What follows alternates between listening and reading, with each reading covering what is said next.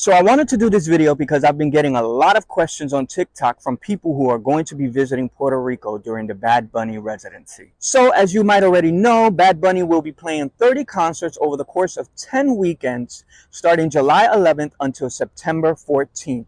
The residency, which is titled No Me Quiero Ir de Aquí, Don't Want to Leave Here, is inspired by his latest album, Debí Tirar Más Fotos. The concerts will be held at San Juan's Coliseo de Puerto Rico, the Coliseum, or El Choli as locals love to call it. El Choli has a seat capacity of 19,500 people, and fans will be flying in from all over the world, especially since Benito has said that he has no interest in doing a U.S. tour. So in essence, the residency is a celebration of Puerto Rican culture, with the concerts serving as a focal point for a broader experience that benefits the local economy and promotes the island as a tourist destination. So, what exactly should you know about El Coliseo de Puerto Rico once you arrive? What's the best way to get there? Should you use an Uber, public transportation, or drive yourself? I'm going to be answering all that and more in this guide to navigating Bad Bunny's residency. I will also be doing a separate video for those of you who will be visiting the island for the first time, with the suggested itinerary curated around the residency, so stay tuned for that. First up is location. The Coliseo is located in the Hato Rey neighborhood of San Juan, just off the avenue known as Mila de Oro, Golden Mile, which is due to all the bank and financial headquarters lining the strip. Think of it as Puerto Rico's version of Wall Street. Someone on TikTok asked me if it was safe around the neighborhood of the Coliseo, and yes, you will be safe. Remember, not only will there be almost 20,000 people leaving the venue with you, but there will be police patrolling the area. You will not be alone within the 2 to 3 block radius of the venue, and besides, you're either going to get to your car from the parking lot or get an Uber, which will pick you up in front of a Coliseo. And even if you walk to the train, there will be other people doing it with you, and it's a very short walk from the venue. Now, as for arriving and leaving the venue, there is a large parking lot in front of the main entrance where it usually costs between $15 and $30 per vehicle, depending on whether you go for regular or VIP parking. Behind the Coliseo is a multi-story parking garage called New San Juan Parking, and prices go up and down when there are concerts, and it does fill up very quickly. Uber is available to those in the San Juan metro area, so your Uber will definitely drop you off in front of the venue unless there's a designated drop-off area assigned. But keep in mind that the traffic will be insane, which means the prices for Ubers will fluctuate as well. As far as public transportation goes, you can take El Tren Urbano. This is Puerto Rico's train system, and it stops right at the corner of the Coliseo.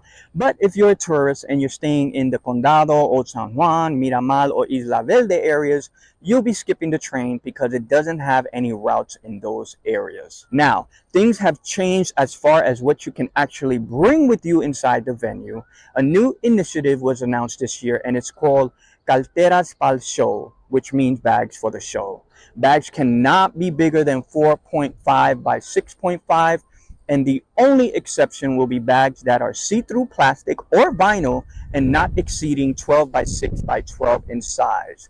You can find out more information with examples on the Carteras pa'l Show website at carterapalshow.com. And for my fellow vloggers out there, or people who just like to film concerts, cameras with detachable lenses are not allowed, obviously unless you have press credentials, and other items that are not allowed include backpacks, coolers, vapes, or folding chairs. You can, however, bring binoculars in case you're seated at the very top, high above the sky. But hey, at least you're in the building, right?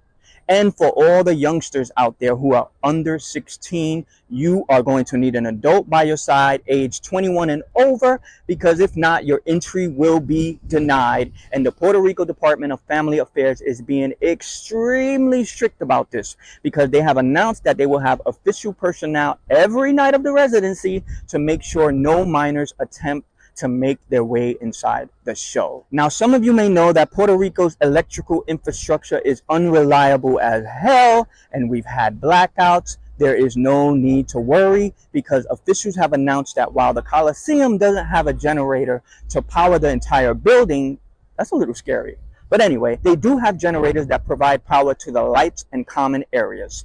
The building will never be completely dark, and they have prepared not only for the best case scenario, but also for the worst. By the way, the concert won't be the only experience happening at El Coliseo either, because outside the surrounding area will have a festival-like atmosphere where there will be about 20 different brands and other interactive experiences welcoming guests, and it's all under the direct supervision of the Coliseum and the events production team. So it's going to be a party inside and out. Now, you're probably wondering, where can I eat? Where can I get some food? So if you don't get a chance to eat before the show, don't worry. The Coliseo has a variety of fast food options available inside, and Mr. Bunny himself is actually bringing special booths and kiosks that are serving traditional local foods. The menu is set to include mostly frituras, which are the popular fried snacks from the island, and they will more than likely include empanadillas, alcapurrias,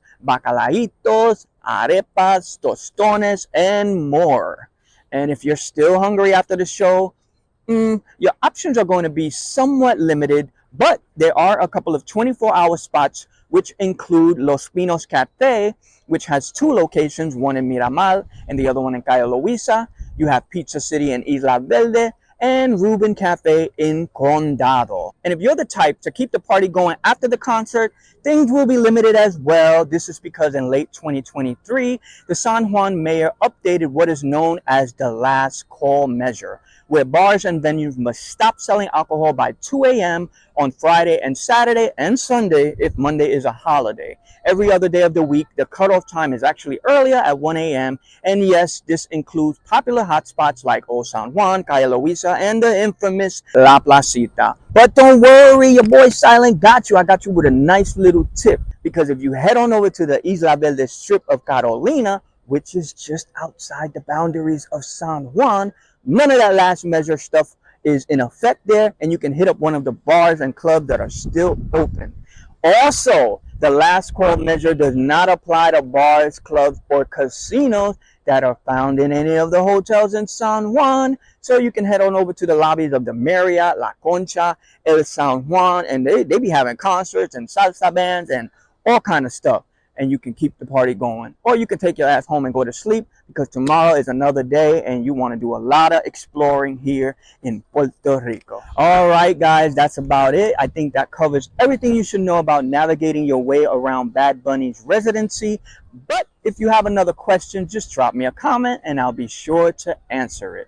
And remember, I will be doing another video for those of you who will be visiting the island for the first time, with a suggested itinerary curated around the Bad Bunny residency. So stay tuned for that. Make sure you like this video, share it, and subscribe, follow, and all that good stuff. And I will see you next time here in Puerto Rico or somewhere else around the world. Peace.